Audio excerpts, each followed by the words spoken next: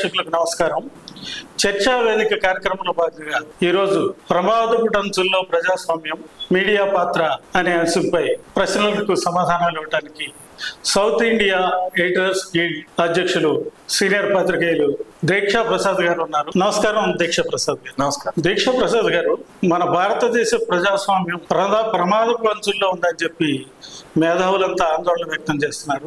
ఈ నేపథ్యంలో మీడియా పాత్ర ఎలా ఉందో కొంచెం వివరిస్తారా? ప్రజాస్వామ్యం అనేది ప్రజల మనుగడకు ఒక ముఖ్యమైన పాత్ర వహించేది ప్రజాస్వామ్యం. ప్రపంచ దేశాలన్నీ కూడా ప్రజాస్వామ్యం కావాలని, గొప్ప కమ్యూనిస్ట్ దేశాలైన అన్ని దేశాల్లో ప్రజాస్వామ్యాన్ని కోరుకున్నారు. మన దేశానికి వచ్చేసరికి ప్రపంచంలో ప్రజాస్వామ్యంలో మీడియా అనేది ఫోర్త్ ఎస్టేట్ గా పిలువబడుతుంది.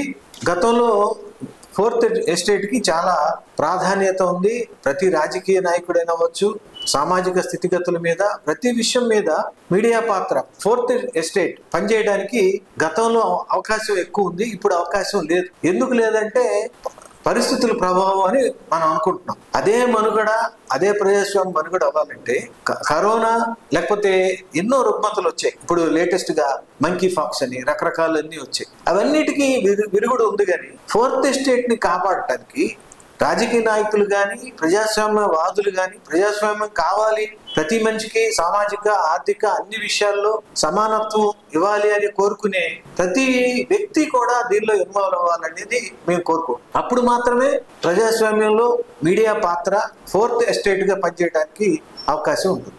నేటి మీడియా విలువలను పాటిస్తూ నిష్పక్షపాతంగా వార్తలను అందించగలుగుతుందంటారా? ప్రజాస్వామ్యం కాపాడబడటానికి మీడియా అనేది ఫోర్త్ ఎస్టేట్ గా పిలువబడుతుంది. రాజ్యాంగంలో ఆ విధమైన ప్రాధాన్యత కల్పించబడింది. Fourth estate should be covered in 4 corners in all aspects of the society. కానీ ఇప్పుడున్న పరిస్థితుల్లో ఫోర్త్ ఎస్టేట్ ఎందుకు తన పాత్ర చేయలేకపోతుందంటే అది 2 విధాలుగా మనం చెప్పుకోవచ్చు. ఒకటి, ఇది ఎప్పుడైతే వాణిజ్యపరమైన విషయంగా ఇప్పుడున్న ప్రమోటర్స్ చూస్తున్నారో, గతంలో ప్రమోటర్స్ మీన్స్ పత్రికా అధిపతులు లేకపోతే ఎలక్ట్రానిక్ మీడియా ఛానల్ అధిపతులు ఇప్పుడు ఎలా చూస్తున్నారంటే వాళ్ళు ఒక వ్యాపారంగా చూస్తున్నారు. వ్యాపారంగా చూడటం వల్ల ప్రతి ఆస్పెక్ట్, ప్రతి విషయం కూడా అది ఒక వ్యాపారంగా మారిపోయి ప్రజాస్వామ్యంలో మీడియా పాత్రకి ఒక సేఫ్ గార్డ్ గా, వాచ్ డాగ్ గా ఉండాల్సిన మీడియా ఒక పర్టికులర్ వ్యవస్థకి, లేకపోతే ఒక వాణిజ్యపరమైన వ్యవహారానికి కానివ్వండి, లేకపోతే ఒక పార్టీకి మౌత్ పీస్ గా మారిపోయింది. ఇది చాలా ప్రమాదకరమైంది. Comparatively more than dangerous to the సమాజానికి. కరోనా కన్నా ఉన్న రుగ్మతలన్నిటికన్నా ప్రజాస్వామ్యాన్ని కాపాడుకోలేకపోతే, డెమోక్రసీ అనేది లేకపోతే మనిషి మనుగడకే ప్రమాదం ఏర్పడే పరిస్థితి మన వాళ్ళు తెస్తున్నారు. అది ప్రజాస్వామ్యవాదులందరూ తెలుసుకోవాలని కోరుకుంటున్నారు. దీక్షా ప్రసాద్ గారు, గత కాలంలో అంటే 2-3 దశాబ్దాల క్రితం జర్నలిస్ట్ అంటే సమాజంలో గౌరవం ఉండేది. జర్నలిస్టులకు పెద్దగా ఒత్తిళ్లు కానీ సమస్యలు కానీ ఉండేవి కాదు. ప్రస్తుత పరిస్థితుల్లో పాత్రికేయ వృత్తి ఒక కత్తి మీద సాములాగా మారింది. దీనికి గల కారణాలు ఎడిటర్స్ గిల్డ్ కానీ లేకపోతే ఈ పాత్రికేయ సంఘాలు కానీ ఏ విధంగా ఈ పరిస్థితిని చక్కదిద్దడానికి పనిచేస్తున్నాయో వివరించండి. మంచి ప్రశ్న అడిగారు కుమార్ గారు. అసలు జర్నలిజం ని మనం తీసుకుంటే పాత్రికేయ వృత్తి అనేది చాలా విలువలతో కూడింది. మీరు ఇప్పుడున్న పరిస్థితులు మీరు చూడండి. ఒక 30 years నుంచి, లేకపోతే మీరు అడిగినట్టుగా 3 దశాబ్దాల కాలంలో ఒక ఇంజనీర్ తన కొడుకు ఇంజనీర్ కావాలని కోరుకుంటాడు. ఒక డాక్టర్ ఇంకో డాక్టర్ తన కొడుకు, కుమార్తెలు, తన ఫ్యామిలీ డాక్టర్ గా ఉండాలని కోరుకుంటారు. కానీ ఒక జర్నలిస్ట్ తన కొడుకుని జర్నలిస్ట్ గా చూడాలని కోరుకోడు. ఎందుకు కోరుకోవట్లేదు? ఎక్కడున్న పరిస్థితులు ఏంటి? జర్నలిజం అంటే ఇప్పుడు పనిచేసే వాళ్ళకి దాని మీద సెక్యూరిటీ పరం అంటే సామాజిక భద్రత తనకు కానీ తన కుటుంబానికి లేకపోవడం అనే పరిస్థితి ఉండడం వల్ల ఒక డాక్టర్ కొడుకు డాక్టర్ అవుతున్నాడు, ఒక కలెక్టర్ కొడుకు కలెక్టర్ అవ్వాలని ప్రయత్నం చేస్తాడు, ఒక ఇంజనీర్ కొడుకు ఇంజనీర్ అవ్వాలని అనుకుంటాడు. కానీ జర్నలిస్ట్ కొడుకు జర్నలిస్ట్ గా ఎందుకు అవ్వట్లేదు?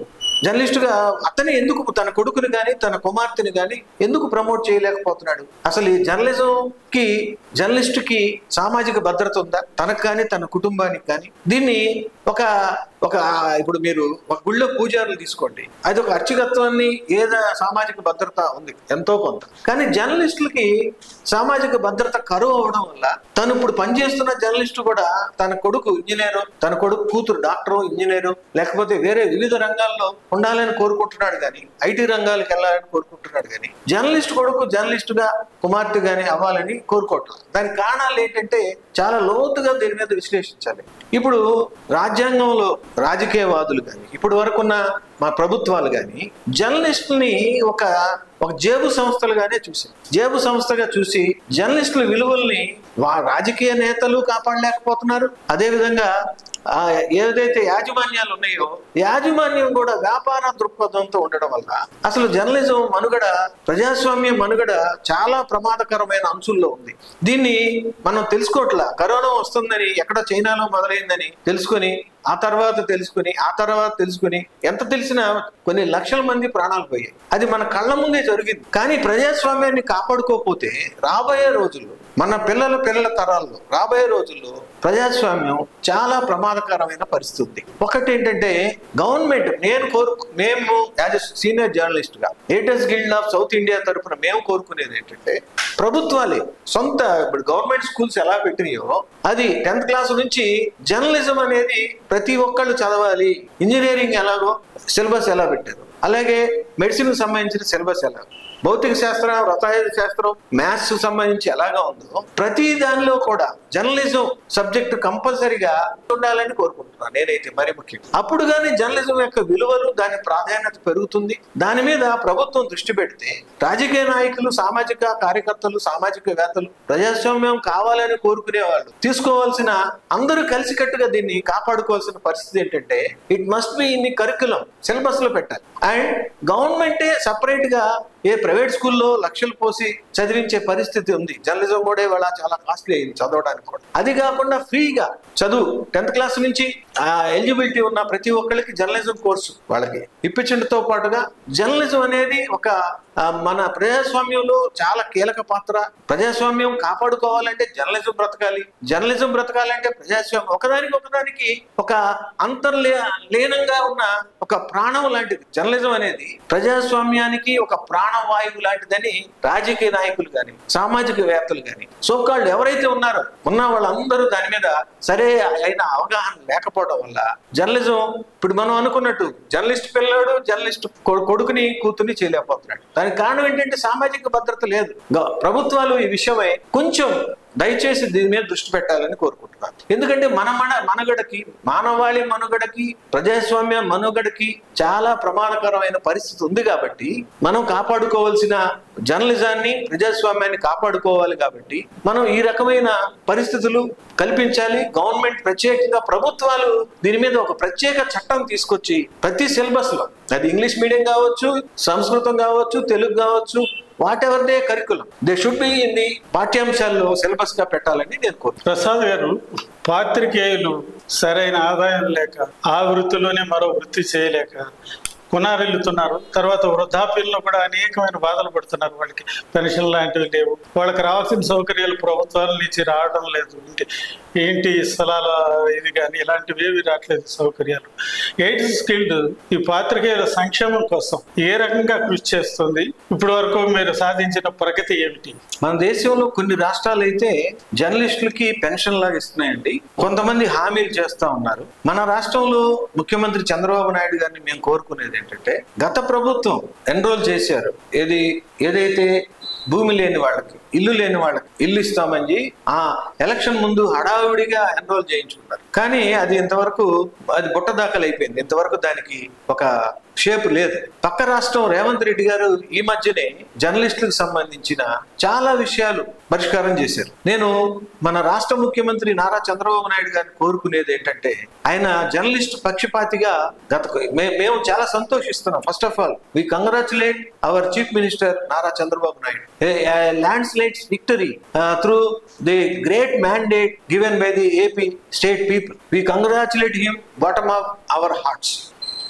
చంద్రబాబు నాయుడు గారు మిమ్మల్ని కోరుకున్నది అదే. మేము జర్నలిస్టులకు కావాల్సిన మీరు ఒక కమిటీని వేయండి, సంక్షేమానికి సంబంధించి వారు పడుతున్న బాధలు. కరోనా టైంలో ఎంతమంది ప్రాణాలు కోల్పోయారు. అదే ప్రమాదవశాత్తు 2 వీలర్ మీద వెళ్తూ, కారులో వెళుతూ ఇది విధి నిర్వహణలో ప్రాణాలు కోల్పోయిన జర్నలిస్టులు చాలా మంది ఉన్నారు. ఇదే ఇప్పుడు కుమార్ గారు అడిగినట్లుగా వృద్ధాప్యంలో ఒక పరిస్థితి లేదు, సామాజిక భద్రత లేదు. ఏదో పెన్షన్ కొన్ని పత్రికలు పనిచేసిన వాళ్ళు ఇచ్చారు కానీ పెన్షన్లు అయితే లేవు ఇప్పటికి. అందుకని నేను ముఖ్యంగా ముఖ్యమంత్రి గారిని కోరేది ఏంటంటే, మీరు ఒక కమిటీని వేసి జర్నలిస్టులు పడుతున్న ప్రతి పరిస్థితి మీద, జర్నలిస్టులు చేస్తున్న ప్రతి పని మీద ఒక అధ్యయనం చేసి ఒక తొందరలో జర్నలిస్టులకి సంక్షేమానికి మీరు ఒక మంచి ప్రణాళిక ఇస్తారని, జర్నలిస్టులకి మీరు అండగా ఉంటారని, మీరు జర్నలిస్టులు పక్షపాతి అని మేము నమ్ముతున్నాం. ఎందుకంటే గతంలో మీరు జర్నలిస్టుల కోసం చాలా సంక్షేమ పథకాలు చేశారు. అదే విషయం మీరు వచ్చారని సంతోషిస్తూ మీ దృష్టికి మేము తీసుకొస్తున్నాం sir. Editors guild south India తరఫున మిమ్మల్ని రిక్వెస్ట్ చేస్తున్నాం సార్. గతంలో పాత్రికేయులకి ఈ రైల్వే పాసులు ఉన్నాయి. కరోనా తర్వాత కేంద్ర ప్రభుత్వం ఆ సౌకర్యాన్ని కూడా 50% రాయితీ సౌకర్యాన్ని కూడా నిలిపివేసింది. అక్రిడిటేషన్లో విషయం అంటే చిన్న చిన్న పత్రికలకి కోతలు విధించడం, లిమిటెడ్ చేయడం జరిగింది. వీటన్నిటి మీద మీరు టోల్ గేట్ల విషయం కూడా ముఖ్యంగా గతంలో అన్నారు, పాత్రికేయుల వాహనాలు టోల్ గేట్ల దగ్గర టోల్ ఫీజు లేకుండా చేసే విధానాన్ని తీసుకొస్తామని అన్నారు. మరి వీటన్నిటి గురించి మీరు స్పందించి గిల్డ్ ఏమన్నా వారితో ఉత్తరప్రదేశ్ జరుగుతుందా?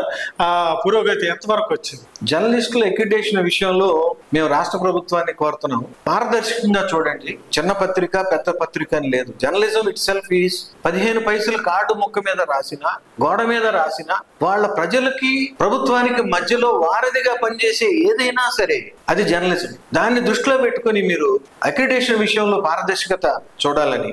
గతంలో రైల్వే పాసులు కూడా ఉండేవి. అది రాష్ట్ర ప్రభుత్వానికి కేంద్ర ప్రభుత్వానికి మేము రాసాం. జర్నలిస్టులు కూడా పాత్రికేయులు కూడా ప్రజలే కదా. మీరు వీరి సంక్షేమ విషయంలో ఒక ప్రత్యేక దృష్టి, ప్రజాస్వామ్యాన్ని కాపాడటంలో ప్రాణాలు అర్పిస్తా ఉన్నారు.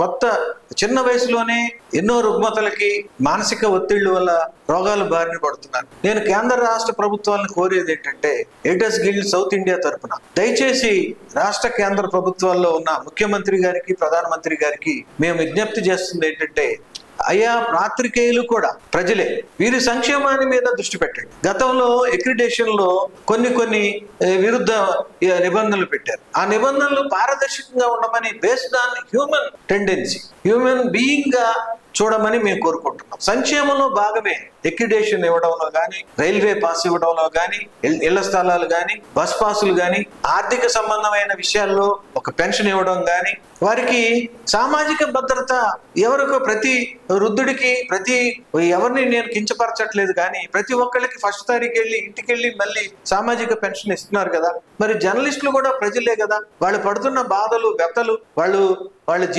జీవన స్థితిగతులు ఎంత దుర్భరంగా ఉన్నాయో మీరు దీని మీద దృష్టి పెట్టమని అడుగుతున్నాను. వీరికి కావాల్సినవి గతంలో ఎన్నో జరిగాయి. తర్వాత ఈ కరోనా టైంలో రైల్వే పాసులు తీసేశారు. అది మళ్ళీ పునరుద్ధరించాలని మేము కోరుతున్నాం కేంద్ర ప్రభుత్వాన్ని. రాష్ట్ర ప్రభుత్వం ఎంత మేరకు సంక్షేమమే ఒక కళ్ళు, అభివృద్ధి ఇంకో కన్ను, 2 కళ్ళుగా మీరు చెప్తున్నారు. మీరు సూపర్ 6 లో చంద్రబాబు నాయుడు గారు ఎన్నో విషయాలు పెట్టారు. మీరు ఆ ప్రజల్లోనే పాత్రికేయులు ఉన్నారు. అది మీకు తెలుసు ఆ విషయం. ముఖ్యమంత్రి గారికి, ప్రధానమంత్రి గారికి నేను కోరుకుంటుంది అదే, అయ్యా మీరు మా వీరిని అహర్నిశలు, రాత్రిలు, రేయింబగలు 6 కాలం రైతు శ్రమిస్తాడు అంటున్నారు.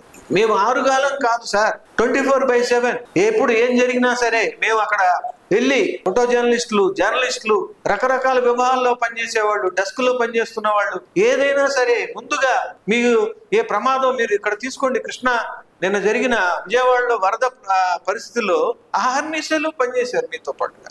పాత్రికేయులు ఎంతో శ్రమించి పనిచేస్తున్నారు. దయచేసి పాత్రికేయుల సంక్షేమం మీద దృష్టి పెట్టాలని నేను మిమ్మల్ని రిక్వెస్ట్ చేస్తున్నాం. We are demanding central minister, state CM Nara Chandrababu Naidu garu. ఈ సోషల్ మీడియా ప్రభావం పెరిగిన తర్వాత యూట్యూబ్ ఛానళ్ళు, రకరకాల ఛానళ్ళు, కొన్ని పత్రికలు, చిన్న పత్రికలు వచ్చి చాలా మంది ఈ వృత్తిలో ఉన్నారు. వాళ్ళకి భద్రత, కనీసం గుర్తింపు కార్డులు కూడా లేవు.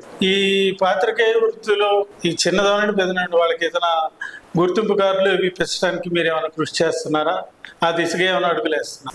Print media, electronic media, social media. ఇప్పుడు మనం సోషల్ మీడియా యుగంలో ఉన్నాం. ఇప్పుడు డిజిటల్ మీడియా చాలా కీలకమైన పాత్ర పోషిస్తుంది. ఇవాళ పెద్ద పెద్ద సంస్థలు అనబడే పెద్ద పెద్ద పత్రికలు కూడా ఇవాళ ఈ పేపర్నే ఫాలో అవుతున్నారు. వాళ్ళు కూడా సోషల్ మీడియానే వాళ్ళు మ్యాక్సిమం మెంబర్స్ని శాలరీస్ విషయంలో కానీ వాళ్ళకి ప్రింట్ ఖర్చు తగ్గించుకోవడానికి ఈ పేపర్ దృష్టిలో డిజిటల్ మీడియా దాన్ని ఆశ్రయిస్తున్నారు. ఎందుకంటే 1:10 10 మంది పనిచేసేది సోషల్ మీడియా ద్వారా ఒక్కడితో సరిపోతుంది, సరిపెట్టుకోవచ్చు అన్న దృక్పథంతో పనిచేస్తున్నారు. ఇవన్నీ కూడా దృష్టిలో పెట్టుకుని కేంద్ర రాష్ట్ర ప్రభుత్వాలు దీని మీద ఒక అధ్యయన కమిటీ వేసి ఇది ప్రతిదీ కూడా ఒక రిజిస్టర్డ్ బాడీ, ప్రతిదీ అది యూట్యూబ్ ఛానల్ కావచ్చు, వెబ్సైట్ కావచ్చు, digital media what ever the social media is going on, దానికి ఒక మ్యాండేటరీ ఒక ప్రమాణికం పెట్టండి, రిజిస్ట్రేషన్స్ పెట్టండి, దాంట్లో పనిచేసే వారికి గుర్తింపు కార్డు ఇవ్వండి. ఇస్తే ఏం జరుగుతుంది, ఎవరు ఏంటి, దీంట్లో దాన్ని మిస్యూజ్ చేసే అవకాశం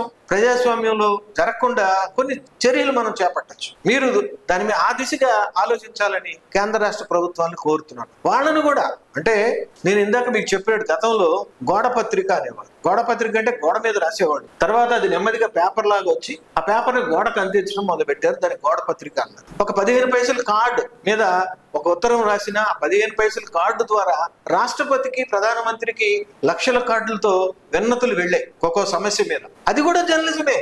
మనం we can't judge by thing ఈ స్మాల్ ఆర్ బిగ్. అది పెద్ద పత్రిక, చిన్న పత్రిక, అది యూట్యూబ్ ఛానలా లేకపోతే వెబ్సైటా అనే దృష్టి పెట్టుకోకుండా ఒక దాని మీద ఒక అధ్యయనం చేసి అందరికీ ఒక రిజిస్ట్రేషన్ చేసి ఎవరెవరు పనిచేస్తున్నారు వారికి సంబంధించిన గుర్తింపు కార్డులు ఇచ్చి వారికి ఆరోగ్య భద్రత ఇచ్చి దాని మీదే తమ జీవితాన్ని కొనసాగిస్తున్న వారిని గుర్తించమని, దానికోసం ఒక ప్రత్యేక కమిటీని వేయమని కేంద్ర రాష్ట్ర ప్రభుత్వాన్ని కోరుతున్నారు. ఇటీవల సోషల్ మీడియాలో చక్కర్లు పెట్టిన ఒక వార్త పాత్రికేయ ప్రపంచాన్ని అందరినీ కలవపరిచింది. విశ్రాంత పాత్రికేయురాలు భారతీయ పేరు కలిగిన అంత్యక్రియలు చేసేవాళ్ళు కూడా లేక మార్చిరీలో శవాగారంలో ఆమె శవం 3-4 రోజుల పాటు అలాగే ఉండిపోయింది. తర్వాత ప్రభుత్వం తరపు పోలీసులు అంత్యక్రియలు జరిపించారు అని చెప్పి వార్తలు అందరినీ కలవరపెట్టాయి.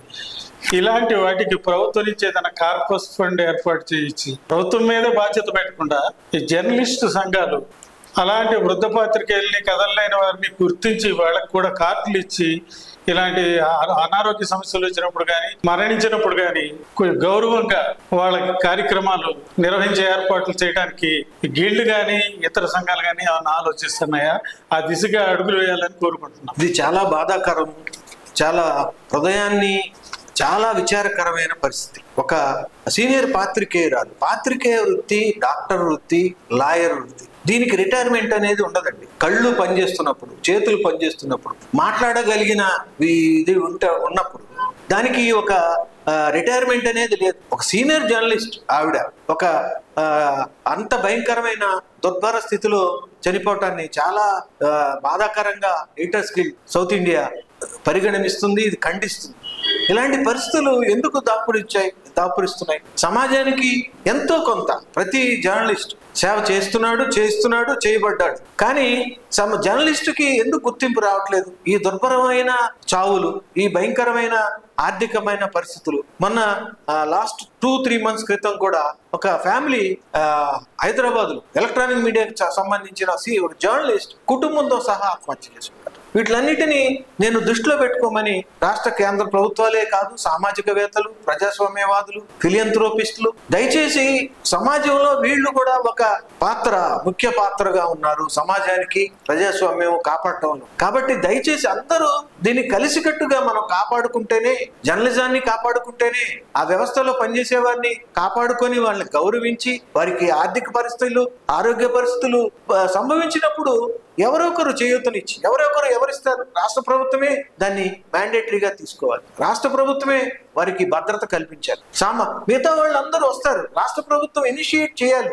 ఈ విషయంలో చాలా బాధాకరమైన విషయం కదా. ఒక కాకి చనిపోతే 100 కాకులు వచ్చి అక్కడ అరుస్తాయి, కావు మాకు జాతిలో ఒక కాకి చచ్చిపోయింది. ఒక జర్నలిస్ట్ చనిపోతే ఒక దుర్భరమైన పరిస్థితులు 3 రోజుల వరకు ఆవిడ శవం ఆవిడ పరిస్థితులు తెలియలేదంటే అంత మానవత్వం నశించిపోతుంది.